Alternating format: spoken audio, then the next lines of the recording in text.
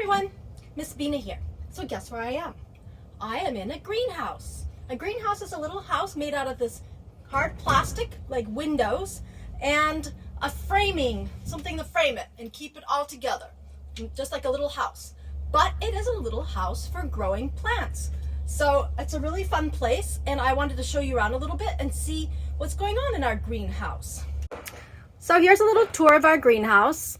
Okay, and we have some little seedlings growing, or also what you can call plant starts. So those are what's in the small containers. And let's just take a little quick look at some of the fun things that we're growing. I really like straw flowers, so we're growing some straw flowers, and we're growing some many varieties of tomatoes. And this is something new. I really think it's fun to try growing things that I've never grown before. And so this is sorrel, and sorrel is something that you can eat in your salad, and it's a green. It has a little bit of a lemony flavor. And back here is a very healthy, kind of ready to plant, actually, fairy tale pumpkin. I think maybe some of you remember our winter squash video. And so this guy's ready to go in. Let me see, what else do we have? We have another pumpkin situation. Here's our sugar pumpkin. We have some bunching scallions, and here's something, growing something new this year. It's called a globe amaranth. It's kind of a beat up little envelope, but we planted all the seeds, and there's a little baby globe amaranth right there. And we try to label everything, but every once in a while something escapes us. And so, for example, I've labeled this one over here a mystery bean. It's a green bean, but I think it might be a purple green bean or a green bean. Who knows exactly? Here's something I actually bought for the school garden. This is a stevia plant, and so I thought it'd be really fun to have something that we could nibble on the leaves and it would taste sweet. So that will go into our herb garden. And let me see, growing some wheat from some wheat berries. And let me see. Oh, we've got some more strawberries. So down here are some bigger pots, and that means we're going to let the plants get a little bigger. I do have them on the floor right now, but I'm going to find a space later to put them up so they get some air underneath them, because that's an important thing when you're planting plants, is to have them up and getting full circulation, and so they don't get too moldy.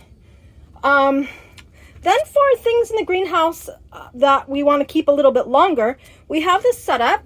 Now here's a little setup, for example. And you remember our oyas, what we use in the garden to keep the soil moist? It's our irrigation system. I put some little pots with some little oyas in here so that we could just grow some bigger plants.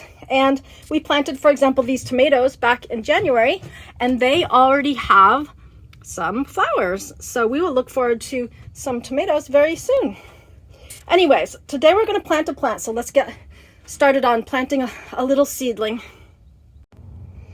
Here I have two different kinds of soil that we could plant our seeds in, but the one on the right, this one, is actually seed starter mix that is made for planting seeds in, and this one on your left is potting soil, which is really meant for bigger plants in pots and containers.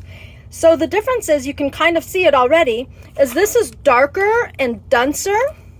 It has more nutrients in it to feed plants for the long haul, for when they're in there for a long time. Whereas this is the starter mix, very light and fluffy. It has just a few nutrients, just right nutrients to get started. It also has a lot of peat moss in it, which is what gives it this very light texture. And it's because the seeds it's just enough nutrition for the seeds to get started, and you want to keep it really light so that the seeds are very well drained, because seeds don't want to get drowned in a lot of water. They could get waterlogged and maybe rot or something like that. So we just want to keep that soil really light. So that's the difference between starter mix and potting mix. So most recommended is the seed starter mix over the potting mix, but this is also possible.